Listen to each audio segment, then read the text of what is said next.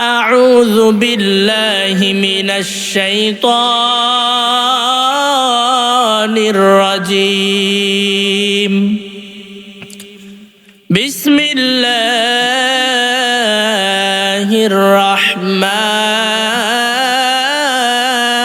الرحيم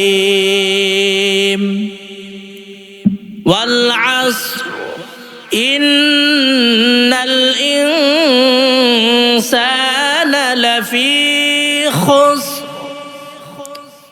إلا الذين آمنوا وعملوا الصالحات وتواصوا بالحق وتواصوا بالصبر. وقال رسول الله صلى الله عليه وآله وسلم المسلم من سلم المسلمون من لسانه ويده. وقال رسول الله صلى الله عليه وآله وسلم أخلص دينك يكفيك العمل القليل. وقال رسول الله صلى الله عليه وآله وسلم مفتاح الجنة الصلاة. وقال تعالى إن الله وملائكته يصلون على النبي يا أيها الذين آمنوا صلوا عليه وسلموا تسليما. اللهم صل على سيدنا مولانا محمد وعلى آل سيدنا شافعنا محمد. أكبر بري اللهم صل على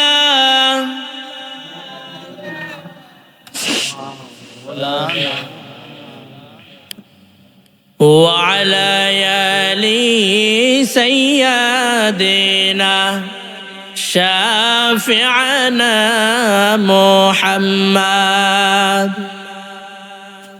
যে মানুষ মানুষের বেদনায়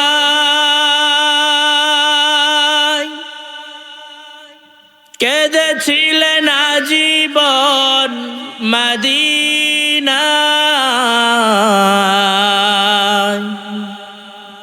সেই মাটি সেই মানুষ এত সুন্দর, সেই মাটি সেই মানুষ এত সুন্দর, না জানি তাহলে প্রভু তুমি কত সুন্দর। আল্লাহুম্মা সাল্লি আলা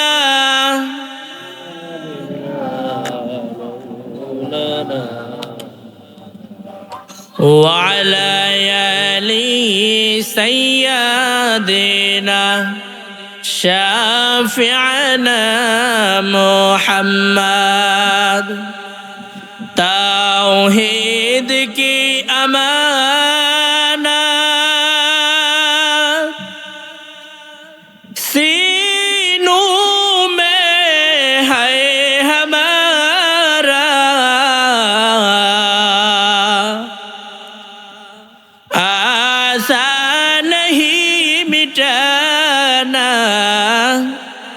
नामो निशा हमारा। बलगल उला बिकमालिही كشف الدجى بجماله حسنت جميع خصاله. صلوا عليه وآله محمد मोहम्मद ने आकर कुफर को मिटाया, कुफर को मिटाकर सदाकत बताया। बलगल उला बिकमालिही कशफत दुजा बिजमालिही हसनत जमीउ खिसालिही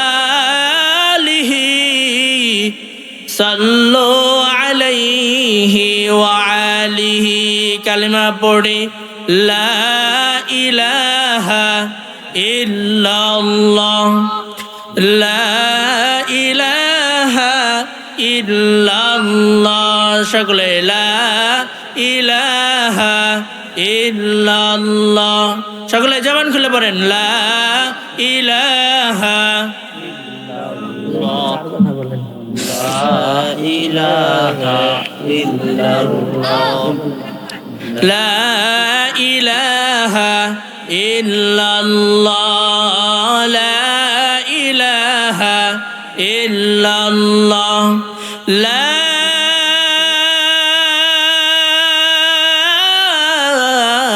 ইলাহা ইল্লাল্লাহ মুহাম্মাদুর রাসূলুল্লাহ। সকলেই পড়ি সাল্লাল্লাহু আলাইহি ওয়া আলিহি ওয়াসাল্লাম। 19শে জানুয়ারি রোজ সোমবার শাহিন গাজী রহমতুল্লাহ আলাইহি মাজারের উন্নয়ন কল্পে ঐতিহাসিক ইসালে সওয়াব ও ওয়াজ মাহফিল বিশুলিয়া কাটাবাড়ি বাগদা বাজার গোবিন্দগঞ্জ গাইবান্ধা। অত্র মাহফিলের সভাপতি জনাব মাওলানা মোহাম্মদ আব্দুল ওয়াহাব, অধ্যক্ষ কাঁঠালবাড়ি মুস্তাফিয়া কামিল মাদ্রাসা, সহসভাপতি জনাব আলহাজ মোহাম্মদ আকবর আলী প্রধান, বিশিষ্ট ব্যবসায়ী রহমান চাউলকর, প্রধান অতিথি জননেতা জনাব আলহাজ ডক্টর মোহাম্মদ শামীম কাইসার লিঙ্কন, প্রধান মেহমান আলহাজ জনাব মোহাম্মদ আহমেদুর রহমান খোকন, বরেণ্য অতিথি আলহাজ হাফেজ জনাব মাওলানা মোহাম্মদ হারুনুর রশিদ, হজ কাফেলা এজেন্সি দক্ষিণ আশকুর।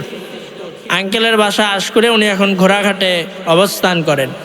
জনাব মোহাম্মদ ইসমাইল হোসেন সওদাগর বিদ্যুৎ, উনি আমাদের মাঝ থেকে অনেক দূরে আছে। জনাব আলহাজ মোহাম্মদ আনোয়ার হোসেন ইঞ্জিনিয়ার, কৌচা কৃষ্ণপুর। সম্মানিত মেহমান জননেতা আলহাজ ডাক্তার মোহাম্মদ আব্দুর রহিম সরকার, আকর্ষণ মেহমান জনাব মোহাম্মদ ফারুক কবির আহমেদ। এছাড়াও আমাদের মাঝে উপস্থিত প্রধান বক্তা আমার আগে বয়ান করেছেন হাফেজ মাওলানা মোহাম্মদ মাজহারুল ইসলাম জিহাদি, ইসলামী সঙ্গীত পুরস্কার প্রাপ্ত, গোবিন্দগঞ্জ গাইবান্ধা, আপনাদের এলাকার কৃতি সন্তান।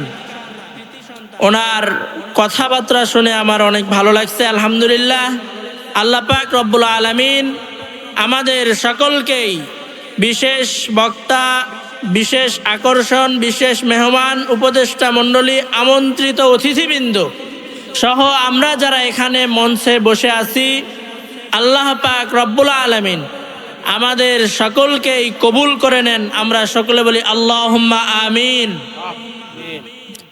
আমরা এই জান্নাতের বাগানে এসে বসতে পড়ে আমরা কি খুশি নাকি বেজার?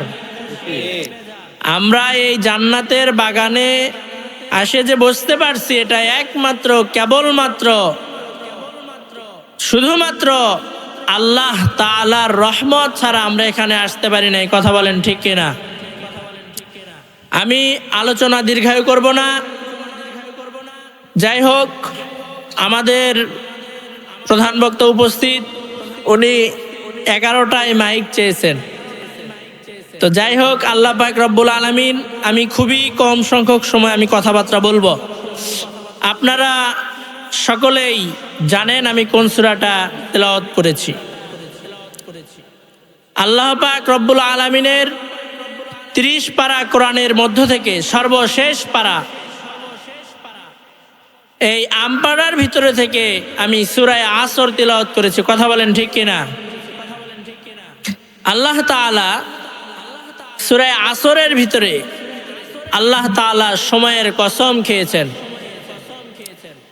আল্লাহ তাআলা জানায় দেন, ওয়াল আসর, সময়ের কসম, মহাকালের কসম, ইন্নাল ইনসানা লাফি খুসর, মানুষ অবশ্যই ক্ষতির মধ্যে রয়েছে, ইল্লাল্লাযীনা আমানু ওয়া আমিলুস সালিহাতি ওয়া তাওয়াসাউ বিল হাক্কি ওয়া তাওয়াসাউ বিস সাবর, কিন্তু তারা নয় যারা ঈমান আনে ও সৎ কাজ করে এবং পরস্পরকে সত্যের উপদেশ দেয়, ধৈর্যে ধারণে পরস্পরকে উদ্ধৃত করে।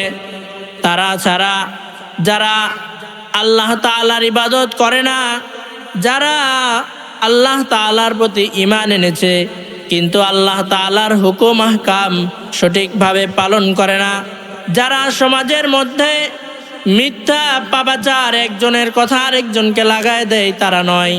আল্লাহ তাআলা জানায় দেন, যারা ঈমান আনে, সৎ কাজ করে, পরস্পরকে সত্যের উপদেশ দেয়, পরস্পরকে একটি ভালো কাজের আদেশ দেয়, আল্লাহ তাআলা জানায় দেন এরাই মৃত্যুবরণ করার সঙ্গে সঙ্গে জান্নাতবাসী হয়ে যাবে। যারা সত্যের উপদেশ দেয়, যারা হক কথাগুলো বলে, যারা একজন আরেকজনকে সহযোগিতা করে, আল্লাহ তাআলা জানায় দেন এরা মৃত্যুবরণ করার সঙ্গে সঙ্গেই এরা জান্নাতবাসী হয়ে যাবে। বলেন সুবহানাল্লাহ। ও নবীর আশিক উম্মতের দল, আমরা তো মুসলমানের ঘরে জন্মগ্রহণ করেছি কিন্তু ইসলামটা আমরা মানতে চাই না।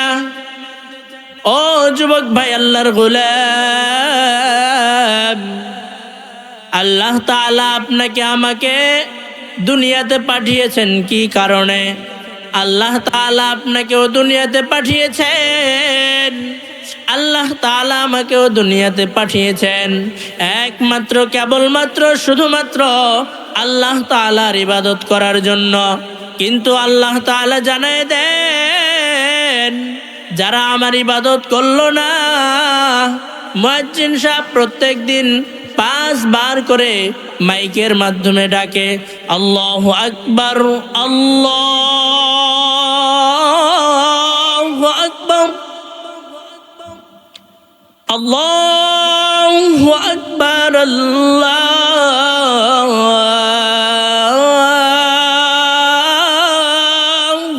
আকবার। ডাকে কি ডাকে না? তারপরে মুয়াজ্জিন সাহেব বলে, হাইয়া আলাস সালাহ,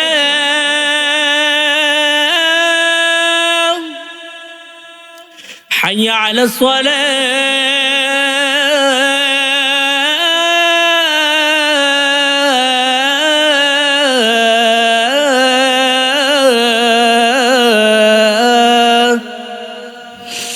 হাইয়া আলাল ফালাহ,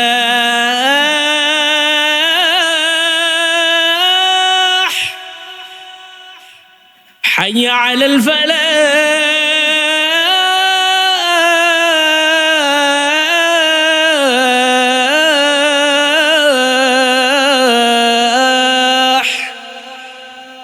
আল্লাহ তাআলা প্রত্যেক দিন 5 বার করে মুয়াজ্জিনের দ্বারা প্রত্যেক দিন মসজিদে আল্লাহ তাআলা ডাকেন। কিন্তু আমরা এমন মুসলমান, আমরা এমন মুসলমান, আমরা এমন মুসলমান, আমরা মুসলমানের ঘরে জন্মগ্রহণ করেছি, তাই জন্য আমরা মুসলমান হয়েছি।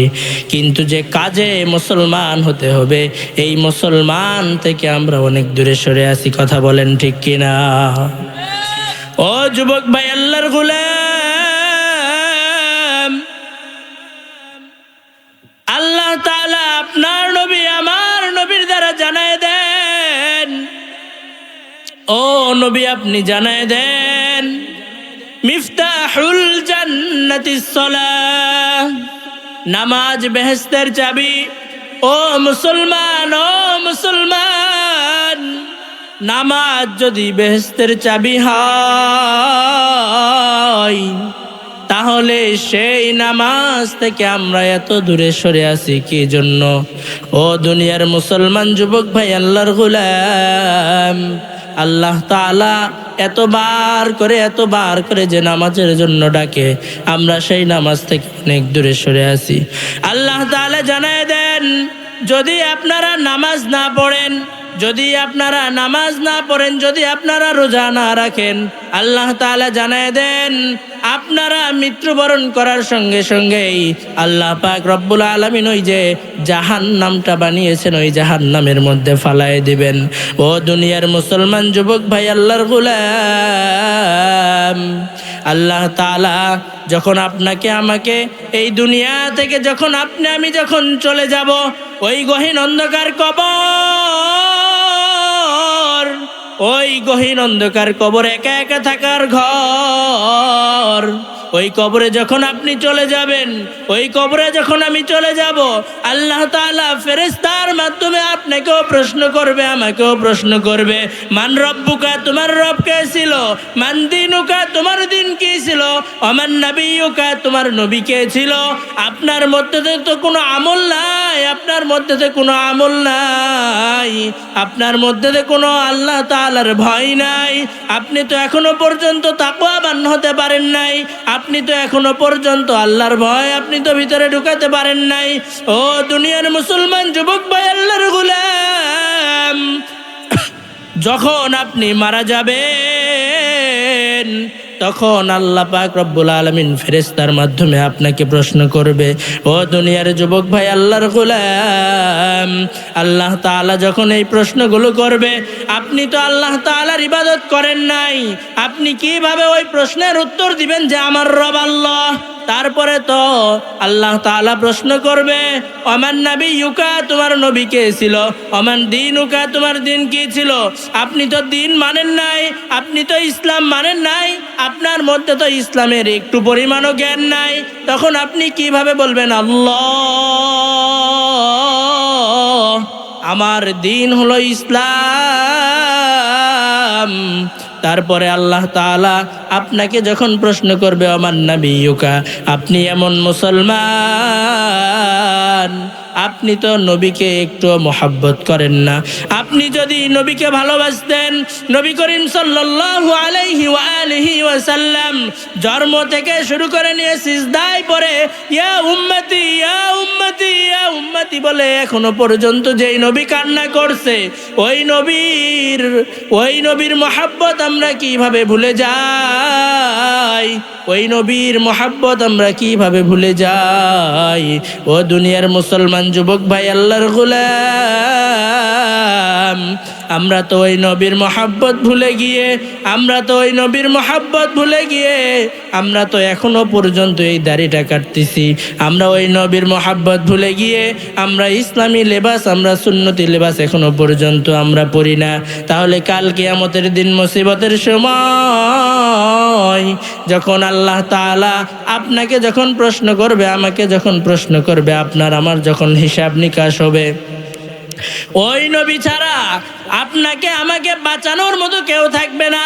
আপনি তো দুনিয়াতে আসছেন একা, আবার যাইবেনও একা। এই মাঝখানের যতটুকু সময় আল্লাহ তাআলা আপনাকে দিয়েছে, এই এতটুকু সময় আপনার বাজার করার সময়, এই এতটুকু সময় আপনার নেক কামানোর সময়, এই এতটুকু সময় আপনার আমল করার সময়। আপনি তো এই দুনিয়ার এত বড় মহব্বতে পড়ে গেছেন, আপনি তো এই দুনিয়ার এত বড় মহব্বত, আপনি এই দুনিয়ার লোভে পড়ে আছেন রে যুবক ভাই, আল্লাহর গোলাম। আপনার মধ্যে এত পরিমাণ মহব্বত, আপনার মধ্যে এত পরিমাণ মহব্বত, আপনার 1 বিঘা জমি আছে, আপনি আরো 1 বিঘা জমি কেনার চিন্তা ভাবনা করছেন, আপনার একটি সাইকেল আছে, আপনি একটি মোটর সাইকেল কেনার চিন্তা ভাবনা করেছেন। ও দুনিয়ার মুসলমান, ও যুবক ভাই, আল্লাহর গোলাম, যেই মহব্বত হুব্বুদ দুনিয়া রাসু কুল্লি খতিয়াহ, দুনিয়ার মোহাব্বত সমস্ত গুনাহের মূল। আল্লাহ তাআলা আপনার নবী আমার নবীর দ্বারা জানায় দেন, হুব্বুদ দুনিয়া রাসু কুল্লি খতিয়াহ, এই দুনিয়ার মোহাব্বত সব গুনাহের মূল। তারপরেও আপনি আমি এত পরিমাণে এই দুনিয়ার মোহাব্বত নিয়ে আসি।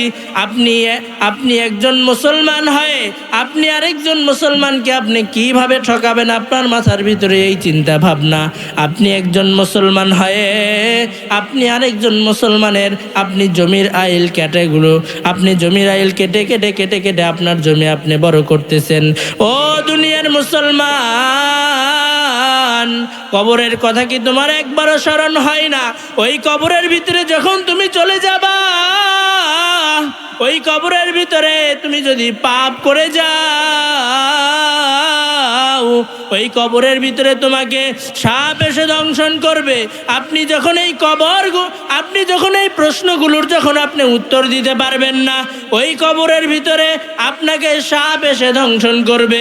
একটা নয়, দুইটা নয়, তিনটা নয়, ৭৪,০০০ সাপ এমন ভাবে আপনাকে দংশন করবে। আপনি তো দুনিয়াতে একটি সাপ দেখলে আপনি তো ঘর থেকে আপনি তো বের হয়ে যান। আপনি দুনিয়াতে একটি সাপ দেখলে আপনি ওই ঘরের ভিতরে ঢুকতে আপনি ভয় পান। আপনার ওই কবরের ভিতরে যখন ৭৪,০০০ সাপ এসে যখন আপনাকে দংশন করবে, ও দুনিয়ার মুসলমান যুবক ভাই, আল্লাহর গোলাম, শুধু তাই নয়, ডান পাশের মাটিগুলো এমন ভাবে চাপ মারবে, ডান পাজরের হাড্ডিগুলো বাম পাজরের ভিতরে ঢুকে যাবে। আবার বাম পাজরের মাটি এমন ভাবে চাপ মারবে, আপনার বাম পাজরের হাড্ডিগুলো আপনার ডান পাজরের ভিতরে ঢুকে যাবে। ও দুনিয়ার মুসলমান যুবক ভাই, আল্লাহর গোলাম, এই দুনিয়ার মহাব্বতটুকু ছেড়ে দেন। কবরের একটু চিন্তা ভাবনা করেন। এই যে মাজারের মাহফিল, এর আগে হইছে কবরস্থানের মাহফিল, এই যে মসজিদের মাহফিল, এই মাহফিলগুলোতে আমরা যদি একটু দান করতে যাই, আমাদের হাতটুকু আটকে যায়। আমরা কিভাবে দান করব? এখানে তো 500 টাকা দান করলে আপনার আমার অনেক লস হয়ে যাবে। কিন্তু ও দুনিয়ার মুসলমান যুবক ভাই, আল্লাহর গোলাম, এই মসজিদে, এই মাদ্রাসায়, এই মাজারগুলোতে যখন আপনি দান করবেন, এই টাকাগুলো আপনার কাল কিয়ামতের দিন মুসিবতের সময় আপনি যখন ওই কবরের ভিতরে যখন আপনি শুয়ে থাকবেন, ওই সময় এই দানগুলো আপনার কাজে লাগবে। ও দুনিয়ার মুসলমান যুবক ভাই, আল্লাহর গোলাম, আমরা এখন দুনিয়াতে বেঁচে থাকাকালীন আমরা চিন্তা ভাবনা করি, ওই যে মাহফিলে আমি 500 টাকা 1000 টাকা যে আমি দিব, এই টাকাটা সম্পূর্ণ আমার লস হয়ে যাবে। ও দুনিয়ার মুসলমান যুবক ভাই, আল্লাহর গোলাম, এই যে আপনি দান না করে করে আপনি আপনার সন্তানের জন্য, আপনি আপনার ছেলে মেয়ের জন্য, আপনি আপনার বিবি বাচ্চার জন্য যে টাকাগুলো আপনি রেখে গেলেন, এই টাকাগুলো আপনি আপনার সন্তানকে আপনি এমনভাবে আপনি তৈরি করেছেন, আপনার সন্তান বছরে 2টা ঈদ, এই 2টা ঈদের দিনও আপনার কবরের পাশে গিয়ে যে 2টি হাত তুলে বলবে, রব্বির হামহুমা কামা রব্বায়ানি সগীরা। এতটুকু দোয়া করার যে সন্তান আপনার কবরের পাশে গিয়ে সময় পায় না, আমার কবরের পাশে গিয়ে সময় পায় না, এই সন্তানের জন্য, যে বিবির জন্য আপনি দিন রাত পরিশ্রম করলেন, ওই বিবি আপনি মারা যাওয়ার পরে আপনার কবরের পাশে একটা দিনও যাওয়ার সময় হলো না। এই বিবি বাচ্চা, এই সন্তান সন্ততির জন্য দিনের পর দিন, রাতের পর রাত হাড় ভাঙ্গা পরিশ্রম করে গেলাম। এই পরিশ্রমগুলো করার পরে এই টাকাগুলো যে রেখে গেলাম, এই টাকাগুলো তারা কোনো ভালো কাজে তো লাগাই না, আপনার জন্য যে একটু দোয়া খায়ের করে নিবে, তারা এতটুকুও তারা সময় পায় না। তাই জন্য আমি বলে যেতে চাই, আপনি আসছেন একা, আপনি যাইবেন একা। আল্লাহ পাক রব্বুল আলামিন যখন আপনাকে দুনিয়াতে পাঠিয়েছেন তখন আপনি এত পরিমাণে ছোট ছিলেন, এত পরিমাণে ছোট ছিলেন। আপনি আপনার মাকেও আপনি ভালোভাবে চিনেন নাই, আপনি আপনার বাবাকেও আপনি ভালোভাবে চিনেন নাই। ও দুনিয়ার মুসলমান, ও যুবক ভাই, আল্লাহর গোলাম, আমি যে কথাটা বলে যেতে চাই, এই দুনিয়া থেকে আপনি যখন চলে যাবেন আপনার জন্য কেউ 500 টাকা দান করবে কিনা এটা অনেক সন্দেহ আছে। তাই জন্য আমি বলে যেতে চাই, এই যে মাজারের মাহফিল, এই মাহফিলগুলোতে আপনারা যতটুকু পারেন একটু দান সদকা করে যাবেন। এই দানগুলো আপনার কাল কিয়ামতের দিন মুসিবতের সময় আপনার প্রয়োজন হবে। যখন আপনি ইয়া নাফসি ইয়া নাফসি যখন আপনি চিৎকার করবেন আর যখন আপনি ঘুরে বেড়াবেন, ওই দিন কাল কিয়ামতের দিন মুসিবতের সময় এই আমলগুলো, এই টাকাগুলো আপনার ওই কাল কিয়ামতের দিন মুসিবতের সময় আপনার আমলনামায় উঠে যাবে।